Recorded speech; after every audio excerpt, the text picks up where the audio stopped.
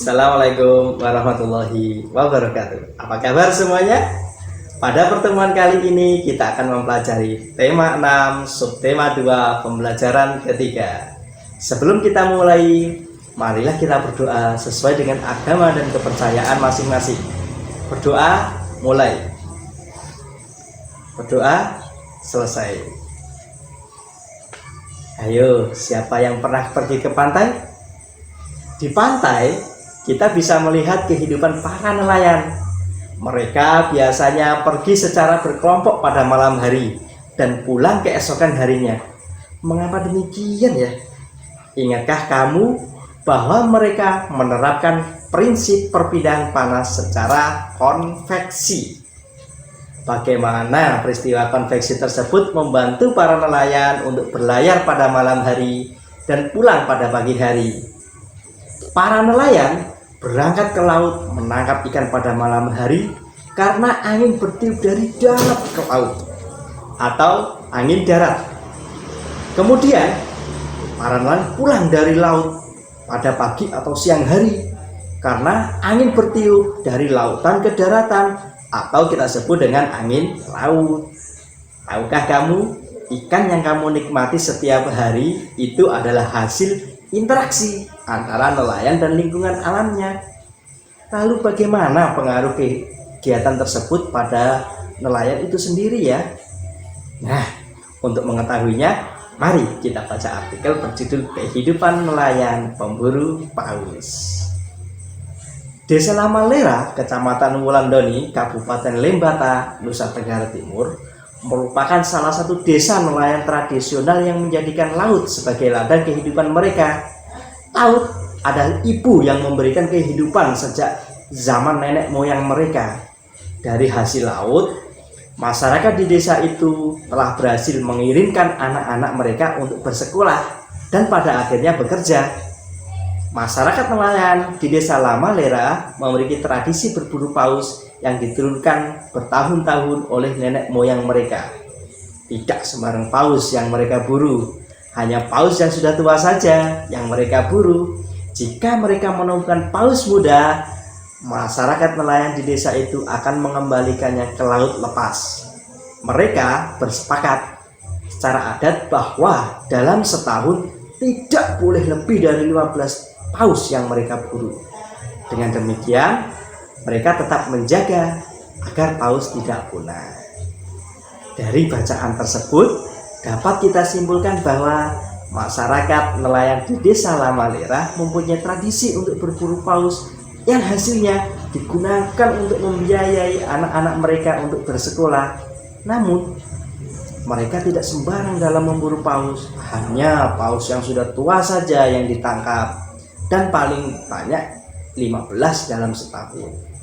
Itu mereka lakukan untuk menjaga kelestarian paus agar tidak punah. Nah, dari bacaan atau artikel tadi kita bisa melihat interaksi antara masyarakat desa Lamalera dengan laut.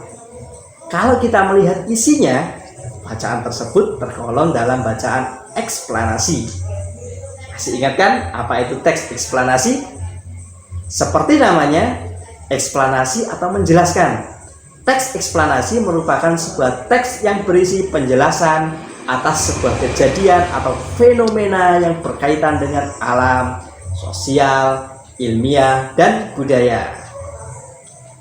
Selain bacaan tadi, ada contoh teks-teks eksplanasi lainnya yang ada di buku kalian. Contohnya, bacaan yang berjudul Festival Manee, Tradisi Nelayan Pantai Malu. Ayo kita baca bersama. Festival Manee merupakan tradisi adat untuk penangkapan ikan. Tradisi ini dilakukan oleh masyarakat Pantai Malu, Purwokerto, Sulawesi Utara. Ritual ini biasa disebut dengan ritual menangkap ikan dengan doa-doa dengan bahasa adat kuno. Mereka berdoa kepada Tuhan Yang Maha Esa agar nelayan mendapat tangkapan yang banyak dan mendapat perlindungan agar terhindar dari bahaya. Ritual seperti ini masih dilaksanakan hingga kini Masyarakat meyakini ritual ini sebagai ucapan syukur dan permohonan perlindungan dari Tuhan Yang Maha Esa. Selain itu, kegiatan ini mengandung nilai-nilai kebersamaan antar anggota masyarakat dan kepedulian untuk memelihara laut sebagai sumber kehidupan masyarakat. Nilai-nilai kerjasama, persatuan, dan kesatuan pun sangat bisa dirasakan sepanjang persiapan hingga dilaksanakannya ritual ini. Dari bacaan tersebut, kita juga bisa melihat interaksi antara nelayan dan lingkungannya sangat erat. Keterikatan antara masyarakat nelayan dengan lingkungannya terwujud salah satunya melalui kegiatan upacara tradisi nelayan. Salah satunya adalah masyarakat nelayan Pantai Malu. Mereka mempunyai tradisi yang disebut Festival Manee. Masyarakat meyakini ritual ini sebagai ucapan syukur dan permohonan perlindungan Tuhan Yang Maha Esa. Nelayan juga berhak menikmati kehidupan yang layak. Mereka bekerja keras siang dan malam. Tetapi nelayan juga berkewajiban menjaga kelestarian laut. Seperti halnya kalian sebagai pelajar, selain punya hak, kalian juga punya kewajiban. Ada yang tahu hak dan kewajiban kalian sebagai pelajar? Sebagai pelajar, kalian berhak untuk mendapat pendidikan yang layak. Namun, kalian juga punya kewajiban untuk mematuhi perintah guru. Selain itu, sebagai warga negara Indonesia, kalian juga mempunyai hak dan kewajiban yang diatur dalam Undang-Undang Dasar 1945. Apa saja yaitu? Yang pertama, setiap warga negara memiliki kedudukan yang sama di mata hukum dan di dalam pemerintahan. Ini terdapat pada pasal 27 ayat 1. Yang kedua, setiap warga negara berhak atas pekerjaan dan penghidupan yang layak, terdapat pada pasal 27 ayat 2. Yang ketiga, setiap warga negara berhak dalam usaha pembelaan negara, pasal 30 ayat 1. Yang keempat, setiap warga negara berhak untuk berserikat, berkumpul, dan mengeluarkan pendapatnya, terdapat dalam pasal 28. Yang kelima, setiap warga negara bebas untuk memilih, memeluk, dan menjalankan agama dan kepercayaan masing-masing yang dipercayai. Ini terdapat pada pasal 29 ayat 2. Yang selanjutnya, setiap warga negara berhak memperoleh pendidikan dan pengajaran, terdapat pada pasal 31 ayat 1. Yang ketujuh, setiap warga negara berhak mempertahankan wilayah negara Kesatuan Republik Indonesia atau NKRI dari serangan musuh, terdapat pada pasal 30 ayat 1. Nah, itu adalah hak-hak kalian yang diatur dalam Undang-Undang Dasar 1945. Selain punya hak, kalian juga punya kewajiban. Apa saja ya kewajibannya? Yang pertama, kewajiban kalian sebagai warga negara yaitu setiap warga negara wajib membayar pajak dan retribusi yang telah ditetapkan oleh pemerintah pusat dan pemerintah daerah atau Pemda. Ini terdapat pada pasal 23A.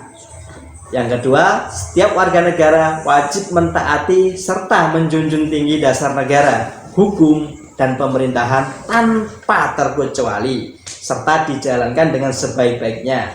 Ini terdapat pada pasal 27 ayat 1.